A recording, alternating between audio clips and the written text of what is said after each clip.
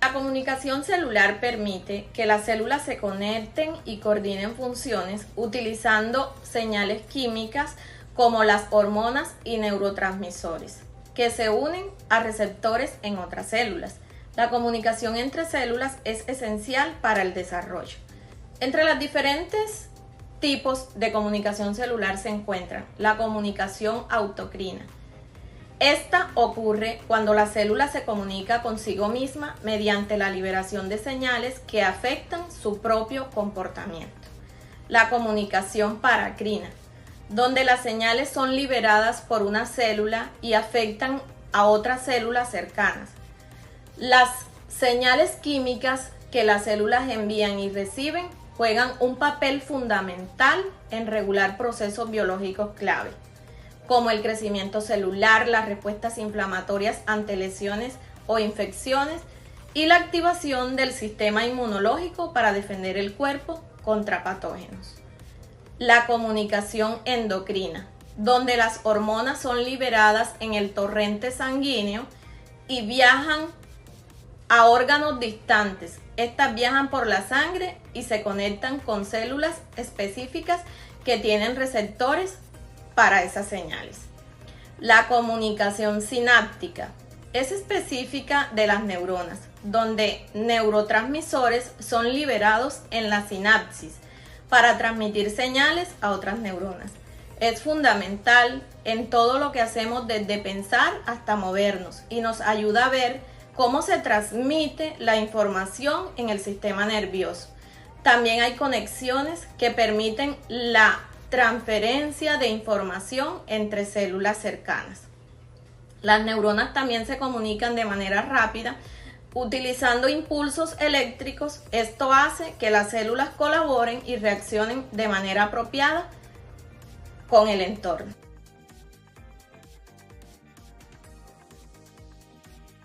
Comunicación intercelular. La comunicación intercelular es el proceso mediante el cual las células intercambian información. Esta comunicación es esencial para coordinar las actividades y mantener el funcionamiento de un organismo. Prácticamente todas las funciones de nuestro cuerpo requieren de comunicación celular. Por ejemplo, al mirar una manzana o al mirar cualquier objeto, las células del cerebro necesitan conectarse junto con las células de los ojos. También cuando hay una infección se requiere la comunicación entre varios tipos de células de la sangre. Y también, por ejemplo, cuando estamos en el cambio de la etapa de la niñez a la adultez, se necesita la comunicación de las células de todo el organismo para lograr que se den estos cambios. La comunicación intercelular se puede dar a través de señales químicas, señales eléctricas y uniones celulares. Las señales químicas son estos mensajes transmitidos a través de las moléculas químicas. Estas se pueden dar a través de hormonas o de neurotransmisores. Las hormonas son como cartas de larga distancia que viajan por el torrente sanguíneo, haciendo llegar células específicas a otras partes del cuerpo. Los neurotransmisores, por su parte, son aquellos que pueden enviar actividades excitatorias o inhibitorias para que las neuronas generen o no cierto estímulo. Actúan como mensajeros rápidos entre las neuronas y otras células. Las señales eléctricas se refieren a todas esas células nerviosas o neuronas que se comunican mediante impulsos eléctricos y se envían como señales de radio. Este tipo de señales tienen unas respuestas rápidas, como por ejemplo cuando reaccionamos al tocar un objeto caliente y retiramos nuestra mano. Por último están las uniones celulares. Las células también pueden comunicarse directamente a través de conexiones especiales llamadas uniones gap. Estas uniones gap son pequeños túneles que permiten que las células vecinas compartan iones y pequeñas moléculas de forma directa. La comunicación intercelular implica que una célula libera un mensajero químico que actúa sobre una segunda célula. Las dos células que se comunican pueden estar contiguas o pueden estar en diferentes partes del organismo. En general, cierta célula pues libera una molécula mensajera que alcanza a la otra célula llamadas células dianas. Son aquellas células a donde va destinada el mensaje. Estas contienen ciertas proteínas que funcionan como receptores para ese mensaje específico. La unión de esa molécula mensajera a su receptor específico desencadena una respuesta a esa célula diana. Un ejemplo claro para esto, de este tipo de comunicación intercelular, es cuando tenemos un mensajero químico, por ejemplo, en este caso la hormona antidiurética. Esta se libera en la sangre por exocitosis de la glándula endocrina en el cerebro. Cuando la hormona antidiurética alcanza las células dianas, pues, que en este caso serían las células renales, se unen a los receptores. La unión estimula la inserción de canales de agua a las células renales, lo que hace que esta agua se conserve, impidiendo que el agua se convierta en orina.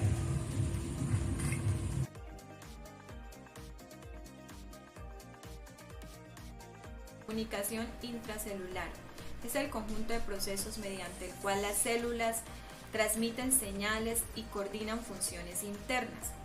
Esta comunicación es esencial para la regulación de las actividades celulares como son el metabolismo, la división celular, el crecimiento, la diferenciación, la apoptosis y la respuesta al entorno. La vida es en gran medida una continua respuesta y adaptación tanto al medio externo como al medio interno, y las células tienen que percibir señales de la situación exterior y de las situaciones de otras células del ser, para que sus respuestas sean acorde a las circunstancias. Una célula de respuesta monomorfa y automática sería absolutamente inviable en un ambiente cambiante. La supervivencia de los seres superiores depende de que sus células actúen sincrónicamente en los tejidos y que estos cumplan las funciones específicas encomendadas. Los órganos y los sistemas deben de funcionar de manera organizada para que la vida del ser se sitúe dentro de los niveles de normalidad. En la fase intracelular, los elementos claves son los segundos mensajeros y sus vías intracelulares. Solo en algunos casos, el complejo mensajero externo receptor tiene la suficiente movilidad para llegar a la diana final intracelular, para disparar la respuesta global final de las células en estructuras alejadas, al punto de estimulación del receptor, que se emplean moléculas móviles intracitoplasmáticas y se ponen en funcionamiento determinados procesos y estructuras intracitoplasmáticas de las células, como son enzimas, orgánulos citoplasmáticos, proteínas esqueléticas, etc. De una manera secuencial hasta producir la respuesta celular final, que son secreciones, contracciones, conducción de estímulos, hiperpolarización, almacenamiento de datos, entre otros.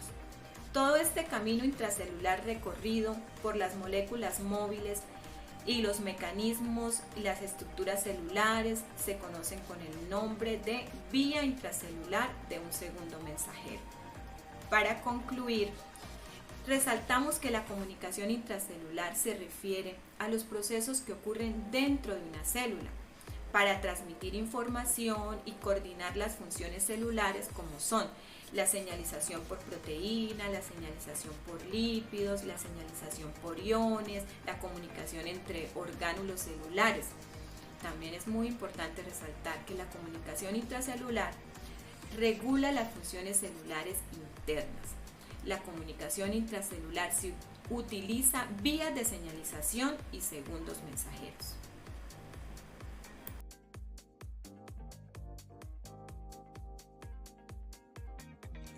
Los avances tecnológicos más relevantes a través de la historia que contribuyen a la investigación celular.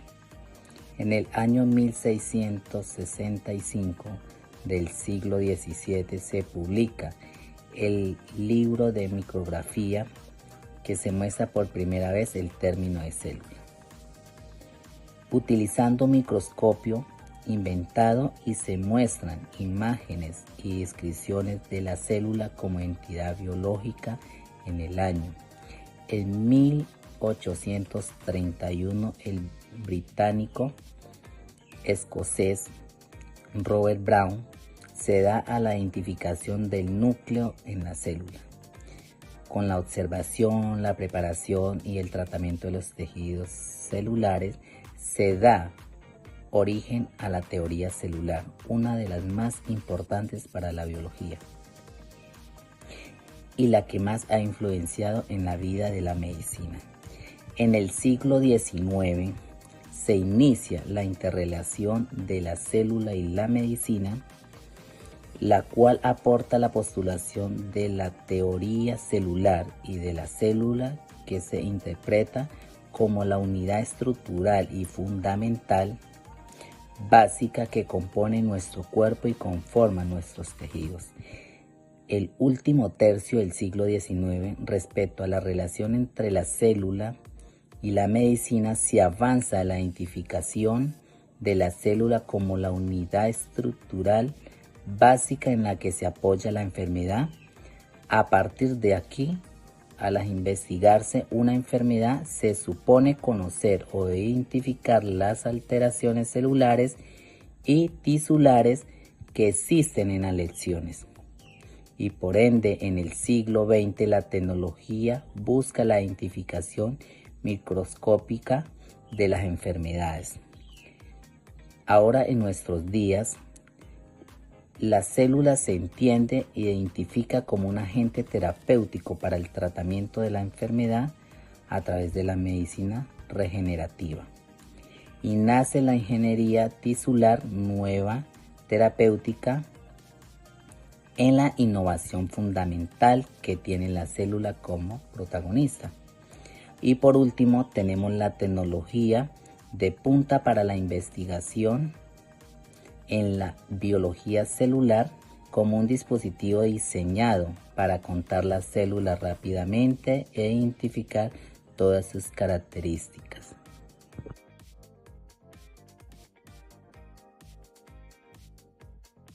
¿Cómo la bioética maneja los avances tecnológicos en la investigación celular? La tecnología es un actuar que tiene indiscutibles implicaciones éticas, ya que la vida alterada a la que conduce no puede asegurarse que sea mejor o peor. Y las consecuencias a largo plazo son la mayoría impredecibles que pueden dañar o beneficiar la vida en general, y esto viene a la bioética como una consecuencia crítica de los avances tecnológicos, y su trabajo es hacer un análisis sistemático de todas las nuevas acciones de los seres humanos que realizan día a día sobre la vida humana y la vida en general, usando la tecnología desde el momento de la fecundación y la prolongación de la vida, y es importante que su uso y no abuso conduzca a una mejor vida. El objetivo de la bioética, cuyo fin es descubrir y lograr bien en todos los avances tecnológicos que puede ser, y evitar que su avance incontrolado y con los principios y valores del ser humano.